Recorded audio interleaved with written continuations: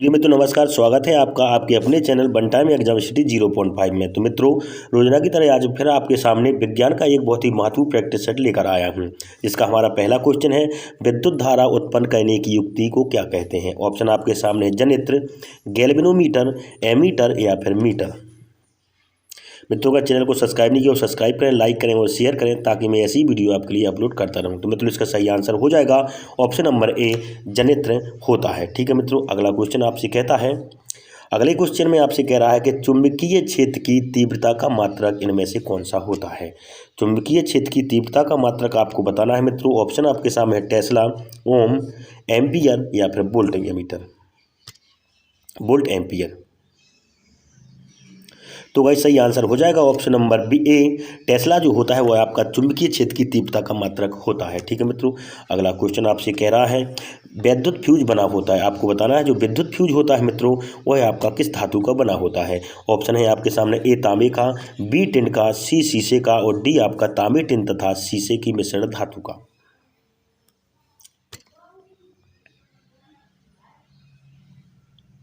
तो गाइस इसका सही आंसर हो जाएगा ऑप्शन नंबर डी, तांबे टिन तथा शीशे की मिश्रण धातु का। अगला क्वेश्चन कह रहा है आपसे कि ताप बढ़ाने पर किसी चालक का वैद्युत प्रतिरोध, आपसे पूछ रहा है ताप बढ़ाने पर किसी चालक का वैद्युत प्रतिरोध पर क्या प्रभाव पड़ता है। ऑप्शन आपके सामने अपरिवर्तित रहता है, बढ़ता है, घटता है, कभी बढ़ता कभी घटता है।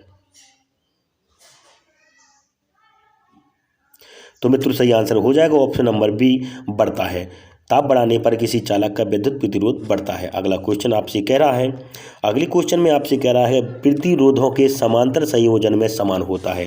प्रतिरोधों के समान संयोजन में समान क्या होता है यह आपको बताना है। ऑप्शन आपके सामने दिए हुए हैं, धारा, विभवांतर, आवेश या फिर इनमें से कोई नहीं। तो मित्रों आपका सही आंसर हो जाएगा ऑप्शन नंबर बी, विभवांतर आपका समान होता है। ठीक है मित्रों, अगला क्वेश्चन आपसे कह रहा है, अगली क्वेश्चन में कह रहा है कि हीटर का तार बना होता है। आपका हीटर का तार जो होता है मित्रों वह किस पदार्थ का बना होता है। ऑप्शन आपके सामने है, ए तांबे का, बी पीतल का, सी नाइक्रोम का और डी आपका दिया हुआ है लोहे का। मित्रों चैनल को सब्सक्राइब नहीं, सब्सक्राइब करें, लाइक करें और शेयर करें। तो गाइस सही आंसर हो जाएगा ऑप्शन नंबर सी, आपका नाइक्रोम का जो है हीटर का तार बना होता है। अगला क्वेश्चन आपसे कह रहा है, अगले क्वेश्चन में आपसे कहता है, प्रतिरोध का मात्रक मित्रों इनमें से क्या होता है। आपको बताना है प्रतिरोध का मात्रक क्या होता है। ऑप्शन आपके सामने, ए ओम, बी ओम प्रति मीटर, सी ओम मीटर और डी आपका मीटर प्रति ओम। तो गाइस सही आंसर हो जाएगा ऑप्शन नंबर ए, आपका प्रतिरोध का मात्रक मित्रों ओम होता है। ठीक है मित्रों, अगला क्वेश्चन आपसे कह रहा है, अगले क्वेश्चन में आपसे कह रहा है वह कि प्रकाश का प्रकीर्णन सबसे कम होता है। आपको बताना है प्रकाश का प्रकीर्णन सबसे कम कहाँ पर होता है, किस रंग में होता है। ऑप्शन आपके सामने दिए हुए हैं, क्या लाल रंग के लिए, पीले रंग के लिए, हरे रंग के लिए या फिर नीले रंग के लिए।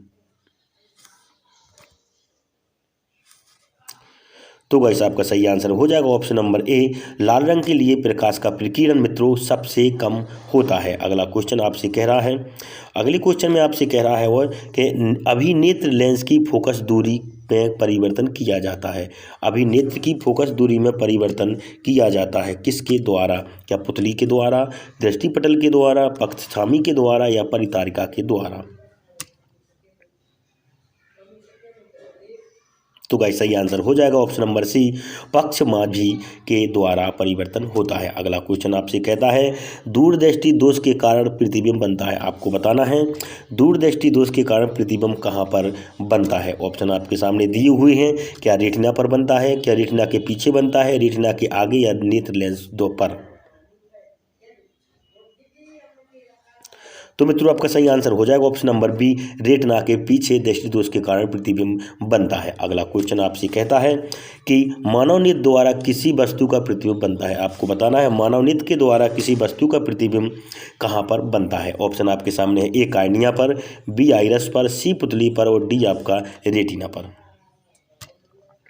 मानव नेत्र के द्वारा प्रतिबिंब कहाँ पर बनता है।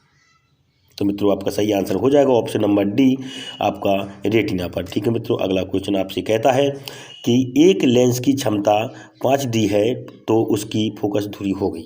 एक नेत्र की क्षमता आपकी 5 डायोप्टर है तो फोकस दूरी होगी +50, -50, +20 या -20। तो गाइस सही आंसर हो जाएगा ऑप्शन नंबर सी, प्लस के 20 आपकी फोकस दूरी हो जाएगी। अगला क्वेश्चन आपसे कहता है, अगले क्वेश्चन में कहता है समतल दर्पण द्वारा निर्मित प्रतिबिंब का आवर्धन होता है। आपको बताना है प्रतिबिंब का आवर्धन बताना है आपको। ऑप्शन है ऑप्शन ए 1, ऑप्शन बी 1 से कम, ऑप्शन सी 1 से अधिक और ऑप्शन डी अनंत।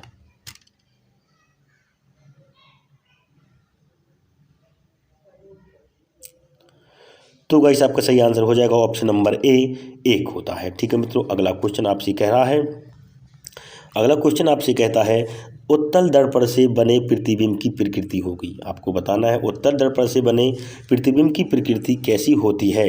क्या वास्तविक व सीधा, आभासी व सीधा, आभासी व उल्टा या वास्तविक व उल्टा। तो मित्रों आपका सही आंसर हो जाएगा ऑप्शन नंबर सी, आभासी तथा उल्टा आपके उत्तल दर्पण की प्रकृति होती है। नेक्स्ट क्वेश्चन आपसे कहता है निम्न में से कौन पराग कोष में पाया जाता है। आपको बताना है इनमें से पराग कोष में क्या पाया जाता है। ऑप्शन है आपका बाह्यदल, अंडाशय, परागकण या फिर आपका बीजांड। तो गाइस आपका सही आंसर होगा ऑप्शन नंबर सी, परागकण होता है। ठीक है मित्रों, अगली क्वेश्चन आपसे कह रहा है, अगले क्वेश्चन में कि वर्तिका तथा अंडाशय किसके भाग होते हैं। वर्तिका तथा अंडाशय किसके भाग होते हैं। ऑप्शन आपके सामने दिए हुए हैं, अंडक के, पुंकेसर के, बाह्यदल के या फिर दल के। तो गाइस आपका सही आंसर हो जाएगा ऑप्शन नंबर ए, अंडप के। ठीक है मित्रों, यह भाग आपके अंडप के होते हैं। अगला क्वेश्चन आपसे कहता है कि पराग नलिका में नर युग्मकों की संख्या होती है। पराग नलिका में नर युग्मकों की संख्या कितनी होती है। क्या 1 होती है, क्या 2 होती है या 3 होती है या 4 होती है।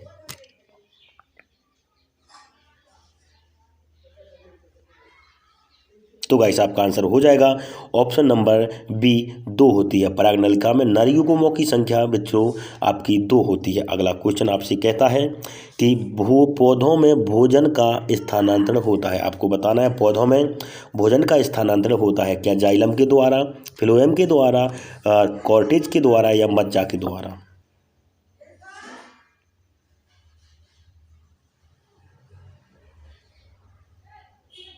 तो गाइस आपका सही आंसर चला जाएगा ऑप्शन नंबर बी, फ्लोएम के द्वारा। अगला क्वेश्चन आपसे कहता है स्वस्थ मनुष्य में सामान्य रक्तदाब होता है। ऑप्शन है 140 से 90, 140 से 100, 120 से 180, 180 से 85।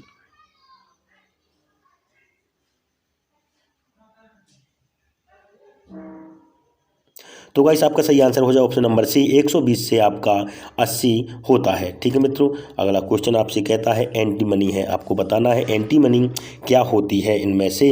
ऑप्शन आपकी क्या धातु होती है, उपधातु होती है, अधातु होती है या मिश्र धातु होती है। एंटीमनी आपको बताना है क्या होती है। तो गाइस आपका सही आंसर हो जाएगा ऑप्शन नंबर सी, उपधातु होती है। ठीक है मित्रों, ये हमारी आज की क्लास थी। कल फिर मिलेंगे, तब तक के लिए नमस्कार।